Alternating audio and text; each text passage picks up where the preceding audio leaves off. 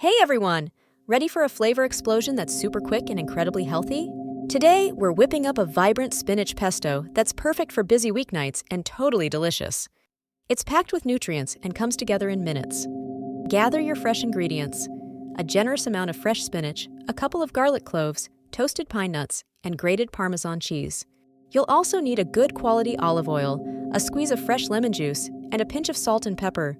Simple, right? First, combine your spinach, garlic, pine nuts, and Parmesan cheese in a food processor. Give it a few pulses until everything starts to break down into a coarse mixture. This is where the magic begins. With the processor running, slowly drizzle in the olive oil. Keep blending until you achieve a smooth, creamy consistency that's just begging to be eaten.